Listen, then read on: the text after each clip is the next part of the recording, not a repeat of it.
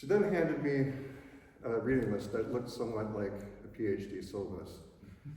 She said, Judaism isn't just about believing the right things, it's about doing the right things and asking the right questions along the way.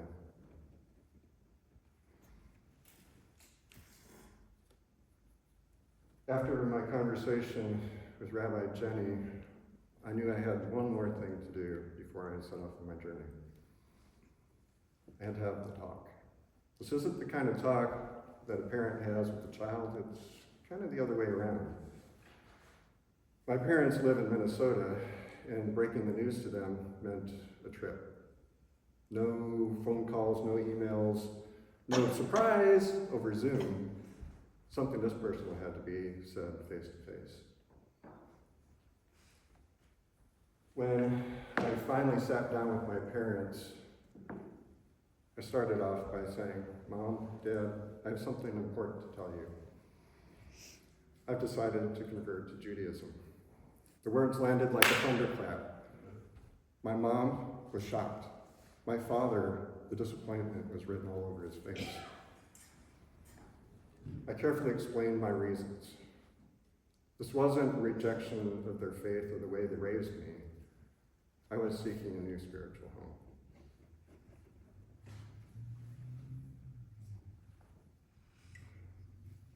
My mother, being as curious as she is, leaned forward and said, tell me a little bit more about Judaism and its beliefs and how they relate to Lutheranism. So I did.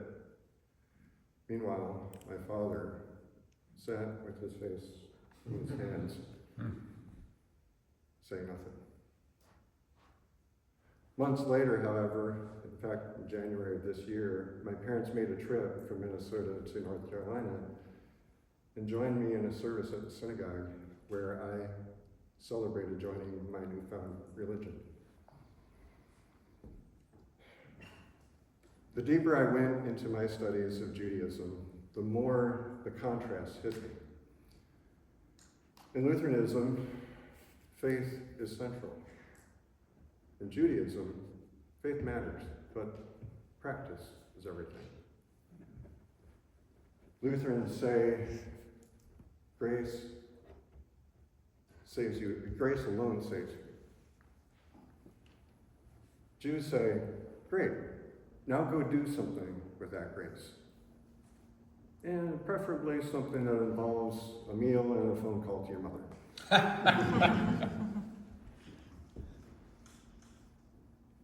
In Lutheranism, you confess and you are forgiven. In Judaism, you apologize, you fix it, and then maybe God forgives you. No shortcuts here, folks. It's kind of like the spiritual version of IKEA, some assembly and soul searching required.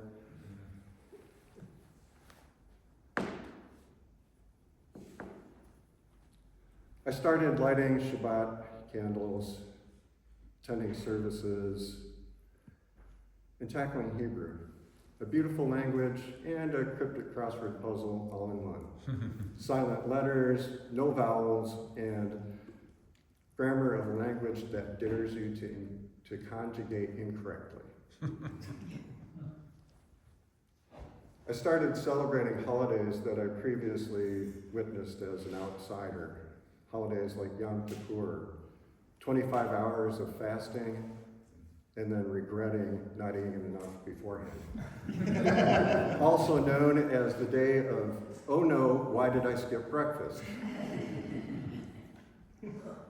Passover, no bread, lots of storytelling, and horseradish strong enough for you to reboot your sinuses. Simchat Torah, where we dance with the Torah scrolls. The Lutheran in me thought, wait, we're dancing with the Bible? Shouldn't we at least ask it first?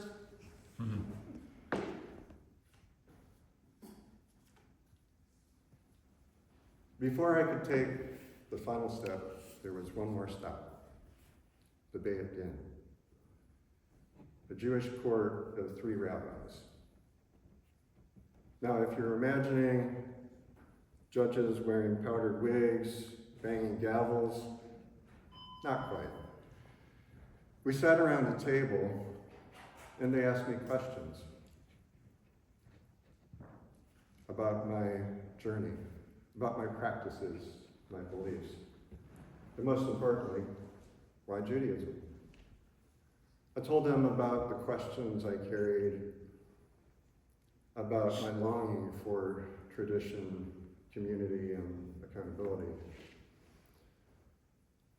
I talked about the values I was currently living and those I still aspire to live. They nodded, asked a few more questions, and then one of the rabbis said, "Well, we think you're ready." And with that, I felt seen. Not just accepted, but truly welcomed. No test, no grand ceremony, just 3 wise souls and 1 big yes. And with that blessing, it was time. Next came the mikveh, a ritual bath. Still, quiet, peaceful, sacred. You strip away everything, including jewelry, contact lenses, and your expectations. You enter the water with nothing but intention. I entered the water, dunked, said an ancient blessing, rinse and repeat 3 times total, and I emerged Jewish. No lightning bolts or angelic choirs, just warm water and peace. Shalom. Someone then handed me a towel and said, "Mazel tov." And then they asked me if I wanted a bagel.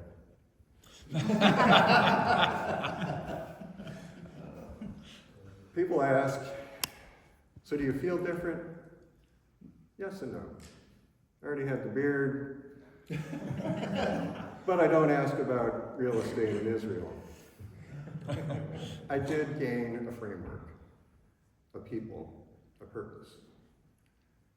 Yes, I still have Lutheran hymns stuck in my head, and sometimes I miss the structure of my old tradition.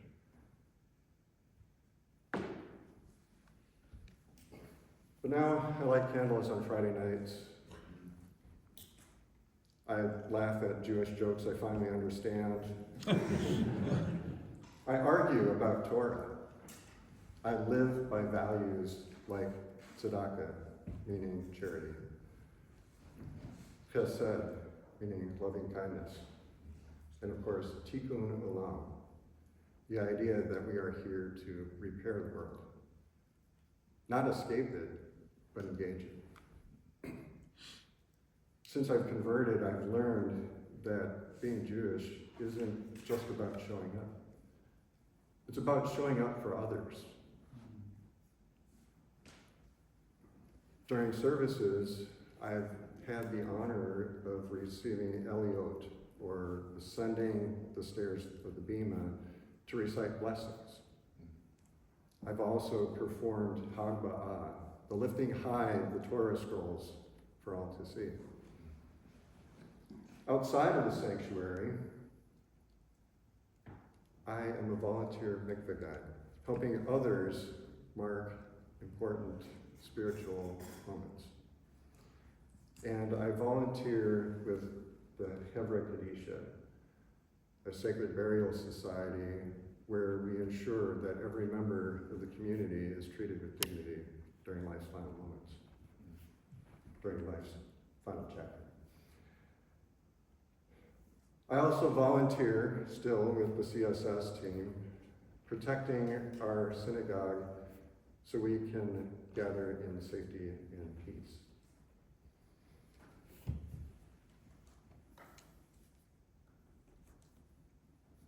I didn't convert because I was running away from something. I converted because Judaism called me to be more accountable, more mindful, more connected to God, to people, and to purpose. To me, faith isn't about having all of the right answers. It's about asking, being brave enough to ask the questions. And Judaism welcomes your questions. It gives you a seat at the table. And as a bonus, there's wine. So if someone asks you, why would a Lutheran become Jewish? You can say, because he wanted a faith that welcomed out, a community that encourages you to pray, a tradition where remembering the past helps build the future, and maybe, just maybe, because he really likes Latkes. Mr. Toastmaster.